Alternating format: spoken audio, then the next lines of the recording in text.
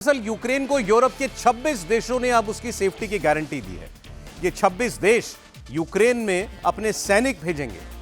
Paris में European union के leaders की एक मीटिंग हुई जिसमें France, Germany, Poland, Baltic countries और अमेरिका से ट्रंप के खास दोस्त स्टीव विटकॉफ ये भी शामिल हुए थे। इस मीटिंग के बाद फ्रांस के राष्ट्रपति इमैनुअल मैक्रोन ने कहा कि इन 26 देशों ने यह वादा किया है कि वो यूक्रेन को भरोसा दिलाने के लिए अपनी सेना को वहां तैनात करेंगे, जिसमें इन देशों की एयरफोर्स और आर्मी, नेवी इनके जवान होंगे।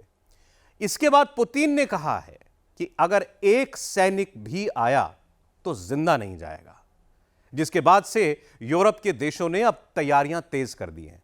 फ्रांस ने अपने अस्पतालों को अलर्ट कर दिया है।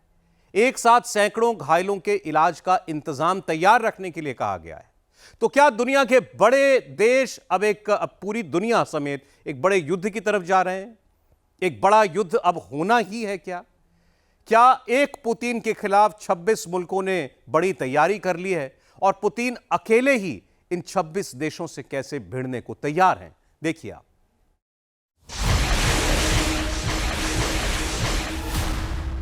ज़ेलेंस्की ने नो बोला।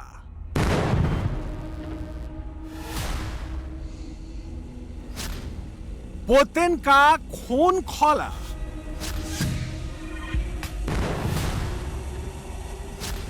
यूरोप सेफ्टी देने को बोला।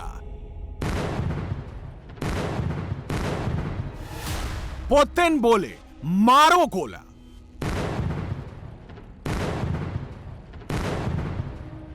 Что касается возможных контингентов воинских на Украине. Но это одна из первопричин втягивания Украины в НАТО. Поэтому если там будут появляться какие-то войска, особенно сейчас, в ходе ведения боевых действий, исходим из того, что это будут законные цели для их поражения. 1289 दिन हो गए, 3 लाख सैनिक मारे गए, खरबों का नुकसान हुआ, नतीजा कुछ नहीं निकला। ना नाटो कुछ कर पाया, ना ट्रंप की कुछ चल पाई। नॉन स्टॉप गोले चल रहे हैं, नॉन स्टॉप ड्रोन अटैक हो रहे हैं, नॉन स्टॉप मिसाइल चल रही है। पुतिन किसी की नहीं सुन रहे हैं। यूरोप के जो नेता ट्रंप के दूत स्टीव विटकॉफ के रुख को पसंद नहीं करते, वो उनकी आलोचना करते हैं। दिक्कत यह है कि उन्हें ट्रंप का स्टैंड भी नहीं पसंद आता और यही सारे मसले की जड़ है। समाधान को लेकर लोगों के तरीके अलग अलग हो सकते हैं। यूरोप में कुछ लोग हैं जो कहते हैं कि आखिरी यूक्रेनी नागरिक बचने तक लड़ाई करेंगे, और फिर कुछ लोग ऐसे भी हैं जैसे अमेरिका के मौजूदा प्रशासन में। खुद अमेरिकी राष्ट्रपति इस मसले का हल शांतिपूर्ण तरीके से तलाशने की कोशिश कर रहे हैं। हम प्रेसिडेंट ट्रंप की अगुवाई में अमेरिकी प्रशासन का रुख देख रहे हैं, और बात सिर्फ फोन कॉल तक सीमित नहीं, वो पूरी ईमानदारी से मसले का हल निकालने के लिए इच्छुक हैं। मुझे लगता है कि अंधेरे की आखिर में उम्मीद की एक किरण दिखती है। अब देखिए आगे क्या होता है। अगर शांतिपूर्ण तरीके से समाधान नहीं निकला तो फिर हम ये मसला ताकत के दम पर अपने तरीके से सुलझाएंगे। पुतिन ने यह बात उस वक्त की थी जब वो चीन में थे। एक अकेले पुतिन से यूरोप और ट्रंप का पसीना छूट गया है। अब तो पुतिन, जिनपिंग और मोदी का एक नया वर्ल्ड ऑर्डर सेट हो गया है। यह देखकर तो ट्रंप का गला सूख गया है और यूरोप का माथा ठनक गया है, क्योंकि पुतिन ने यूक्रेन पर फायर और तेज कर दिया है।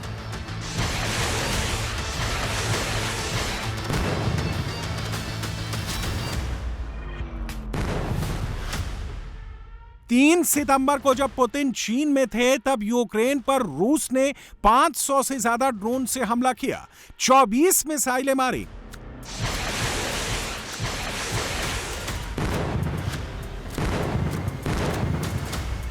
यह हमला उस वक्त किया गया जब ज़ेलेंस्की और ईयू के नेता यूक्रेन की सेफ्टी को मजबूत करने और ट्रंप की कोशिशों को तेज करने की स्ट्रेटजी बना रहे थे।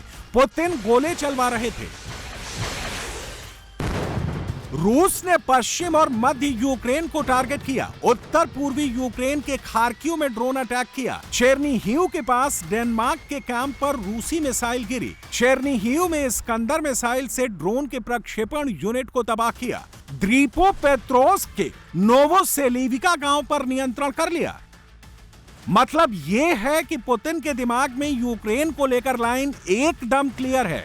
शांति से आओगे तो सॉल्यूशन मिलेगा, ताकत दिखाएंगे तो मिसाइल का गोला मिलेगा। दरअसल पुतिन ने व्लादिवोस्तोक से पहले बीजिंग में ही इंडिकेशन दे दिया था कि जिस भाषा में बात करना यूरोप और अमेरिका चाहेंगे, उस भाषा में वो बात करने को राजी हैं। उसी के फौरन बाद फ्रांस के राष्ट्रपति मैक्रो ने ज़ेलेंस्की को कॉल किया।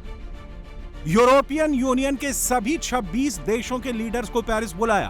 पेरिस में यूरोपियन यूनियन के तमाम नेता इकट्ठे हुए। Germany, Poland, Baltic countries, America से ट्रंप के गोल्फ बॉडी और खास यार स्टीव विटकॉफ को भी बुलाया गया। सारे इकट्ठे हुए और इस बात पर राजी हुए कि यूरोपियन यूनियन के 26 देश अपनी सेना यूक्रेन भेजेंगे, यूक्रेन को सिक्योरिटी गारंटी देंगे। इच्छुक लोगों का हमारा ये गठबंधन शांति का गठबंधन है। आज हमारे गठबंधन ने एक सैन्य और राजनीतिक प्रतिबद्धता का प्रस्ताव सामने रखा है। इसमें 35 सदस्य देश शामिल होंगे। इस प्रस्ताव के जरिए हम सब यूक्रेन को शांति और सुरक्षा की गारंटी देंगे। शांति और सुरक्षा की इस गारंटी का दूसरा पहलू भी है, जिसे हम भरोसा दिलाने वाले बल कहते हैं। हाँ, आज हम 26 देशों ने औपचारिक तौर पर खुद को इसके लिए वचनबद्ध किया है। अभी कुछ देश हैं जो इस पर विचार कर रहे हैं, लेकिन 26 देशों ने वादा किया है कि वो यूक्रेन को भरोसा दिलाने के लिए अपनी सेना वहां तैनात करेंगे। ये सुरक्षा बल जल, थल और वायु सैनिक होंगे जो युद्ध विराम या फिर शांति समझौते के बाद यूक्रेन को उसकी सीमाओं की हिफाजत का भरोसा देंगे। इस फोर्स का मकसद रूस के खिलाफ युद्ध करना बिल्कुल भी नहीं होगा, लेकिन यह बल शांति और सुरक्षा की गारंटी देने और रूस को सामरिक संदेश देने के लिहाज से बेहद अहम है। ये सुरक्षा बल युद्ध विराम के ढांचे के तहत यूक्रेन में तैनात होंगे। हालांकि इनको मोर्चे पर नहीं, बल्कि ऐसे इलाकों में तैनात किया जाएगा जिनके बारे में हम बाद में फैसला करेंगे। लेकिन सिक्योरिटी की गारंटी देने वाले इन बलों का मकसद कोई नया हमला करने से रोकना होगा, और इसमें 26 देशों को शामिल करने का मतलब ही यही है कि यूक्रेन को लंबे वक्त तक सुरक्षा की गारंटी दी जाएगी। Et à impliquer les 26 États très clairement dans la sécurité durable de l'Ukraine। जिस दौरान ये बातें मीटिंग में तय हुई, उसी वक्त यूरोपियन यूनियन के सारे नेताओं ने मोदी को कॉल किया, जो बताता है कि ट्रंप से कुछ नहीं होने वाला। उम्मीद की किरण मोदी ही हैं, क्योंकि मोदी का रूस यूक्रेन युद्ध पर बैलेंस अप्रोच है और उन्हें उम्मीद है कि मोदी बीच में आएंगे तो पॉजिटिव रिजल्ट ही लाएंगे। इस भरोसे के पीछे की वजह भी है। दुनिया जानती है कि भारत हमेशा से ग्लोबल पीस का पक्षधर रहा है। पीएम मोदी कई बार कह चुके हैं कि ये वक्त युद्ध का नहीं, कई मंचों से शांति की बात कर चुके हैं। पुतिन और ज़ेलेंस्की दोनों ही मोदी को तवज्जो देते हैं, दोनों के मोदी से अच्छे रिश्ते हैं। दुनिया पीएम मोदी की बात सुनती है। यूक्रेन जंग ना रुकने से ट्रंप किरकिरी करवा चुके हैं और अब भारत, रूस, चीन के एक साथ ने मोदी की अहमियत और बढ़ा दी है। इसीलिए जब यूरोपियन यूनियन की बैठक में मैक्रो यूक्रेन को सुरक्षा की गारंटी देने की बात कर रहे थे, उसी वक्त पेरिस से ही ईयू यूरोपीय यूनियन के अध्यक्ष एंटोनियो कोस्टा और यूरोपियन कमीशन के अध्यक्ष उर्सुला वॉन डेर लेयन ने टेलीफोन पर पीएम मोदी से बात की, जिसकी तस्दीक नरेंद्र मोदी और यूरोपीय यूनियन दोनों ने एक्स पोस्ट पर की। मोदी ने दोनों के साथ संबंधों को देखते हुए यूरोपीय यूनियन से एफटीए पर बात की और रूस यूक्रेन युद्ध को आपसी बातचीत से सुलझाने का समाधान बताया। मोदी ने साफ संकेत दे दिया कि वो किसी एक के साथ नहीं है, वो उस रास्ते के साथ हैं जो शांति की तरफ जाता है। मोदी ने तो अपना रुख बता दिया है, लेकिन यूरोपीय संघ के यूक्रेन को सेफ्टी वाले गारंटी देने की बात से पुतिन उखड़ गए। पुतिन का व्लादिवोस्तोक से जो बयान आया है, उससे एक बात तो साफ हो गई है कि यूक्रेन का मामला अभी सुलझने वाला नहीं है, क्योंकि रूस 26 यूरोपीय देशों के यूक्रेन के सेफ्टी देने के मुद्दे पर भड़क गया है। पुतिन ने साफ कह दिया है कि अगर एक भी यूरोप का सैनिक यूक्रेन में देखा, तब तक गोला मारेंगे। Касается возможных контингентов воинских в जहां तक यूक्रेन में सेनाओं की संभावित तैनाती की बात है, तो यही तो झगड़े की बुनियादी वजहों में से एक है। इसका मतलब यूक्रेन को जबरन नेटो में घसीटना है। अगर वहां किसी और देश की सेना आती है, खास तौर से जब हम जंग लड़ रहे हैं, तो हमारे लिए वो एक वाजिब टारगेट होंगे। अगर ऐसे फैसले हो जाते हैं जिनसे लंबे समय तक शांति बनी रहेगी, तो मुझे नहीं लगता कि हमें यूक्रेन की सीमा में रहने की कोई जरूरत होगी, क्योंकि अगर इन समझौतों पर सहमति बन जाती है, तो मैं सबको यकीन दिलाता हूं, किसी को शक नहीं होना चाहिए कि हम अपने सारे वादे पूरे करेंगे। हम उन सिक्योरिटी गारंटीज का सम्मान करेंगे जो जाहिर है रूस और यूक्रेन दोनों के लिए होंगी। मैं दोहरा रहा हूं कि रूस अपने वादे पूरे करेगा, लेकिन अब तक किसी ने इन बातों पर हमसे गंभीरता से चर्चा नहीं की है। Во всяком случае, с нами вот на серьезном уровне пока это никто не обсуждал. पुतिन 26 देशों को अकेले चैलेंज कर रहे हैं और पुतिन ने यह भी संदेश दे दिया है कि शांति समझौता होगा तो उनकी शर्तों पर होगा और उनकी सुझाई जगह पर होगा। Украинская сторона хочет этой встречи. यूक्रेन के नेता मुझसे मुलाकात करना चाहते हैं और उन्होंने ऐसी मीटिंग का सुझाव दिया है। मैं कहता हूं कि मैं तैयार हूं, आइए हम आपको काम करने और सुरक्षा के लिए अच्छी सुविधाएं देंगे 100% गारंटी के साथ। लेकिन अगर हमसे ये कहा जाएगा कि हम मिलना तो चाहते हैं, लेकिन आपको मुलाकात के लिए वहां जाना पड़ेगा, तो मुझे लगता है कि हमसे ये गुजारिश करना गैर वाजिब होगा। मैं दोहरा रहा हूं कि अगर कोई मिलना चाहता है तो हम तैयार हैं। ऐसी मुलाकात की सबसे अच्छी जगह रूस की राजधानी और शहरों का नायक मॉस्को है। Столица Российской Федерации, город-герой Москва. लेकिन लगता नहीं है कि मामला सुलझने वाला है, क्योंकि इसके बाद ज़ेलेंस्की ने मैक्रो के साथ प्रेस कॉन्फ्रेंस की, डायलॉग तो दिया कि वो शांति के लिए तैयार हैं, पुतिन से मिलना भी जरूरी है, लेकिन मॉस्को नहीं जाएंगे। Зустріч потрібна. Це не про бажання.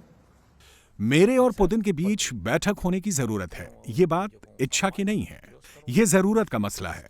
हम किसी भी तरह की बैठक के लिए तैयार हैं। ये रूस के साथ आमने सामने की बैठक हो या फिर कोई तीसरा देश भी इसमें शामिल हो, हम तैयार हैं। मुझे लगता है कि रूस ये बैठक टालने के लिए हर संभव कदम कोशिश कर रहा है। हमारे अमेरिकी साथियों ने मुझे ये बताया है कि पुतिन ने मुझे मॉस्को आने का निमंत्रण दिया है। मेरा मानना है कि अगर रूस नहीं चाहता है कि ये मीटिंग हो, तो उनको बस मुझसे ये कहना होगा कि मीटिंग के लिए मॉस्को आ जाएं। Їх бажання закінчення ना ज़ेलेंस्की झुक रहे हैं, ना पुतिन रुक रहे हैं। मजेदार बात यह है कि 24 घंटे के भीतर रूस यूक्रेन युद्ध खत्म करने का दावा करने वाले ट्रंप अब पुतिन की दोस्ती का हवाला दे रहे हैं। After your phone call with Ukrainian President Zelensky today, do you plan to speak with Russia's President Putin in the near future? I will be, yeah, I will be. We're having a very good dialogue. लेकिन Trump को पता है कि इस बार पाला कायदे के लोगों से पड़ा है। सारी दादागिरी हवा हो गई है। ना जिनपिंग कुछ समझ रहे हैं और ना मोदी भाव दे रहे हैं, और पुतिन अपने मन की कर रहे हैं। 24 घंटे के भीतर ही ट्रंप की जुबान बदल गई। पुतिन से कॉल करने का हवाला देने वाले ट्रंप कह रहे हैं कि चीन के चक्कर में रूस भारत को खो दिया। ट्रंप आज क्या कहेंगे, कल क्या कहेंगे, कोई नहीं जानता है। ट्रंप को दुनिया सीरियसली भी नहीं ले रही है। चीन, भारत और रूस तो एकदम नहीं ले रहे हैं। और जिस तरह से ज़ेलेंस्की, यूरोपियन यूनियन और पुतिन अपनी बात पर अड़े हैं, रूस यूक्रेन युद्ध के रुकने की उम्मीद फिलहाल तो नजर नहीं आ रही है।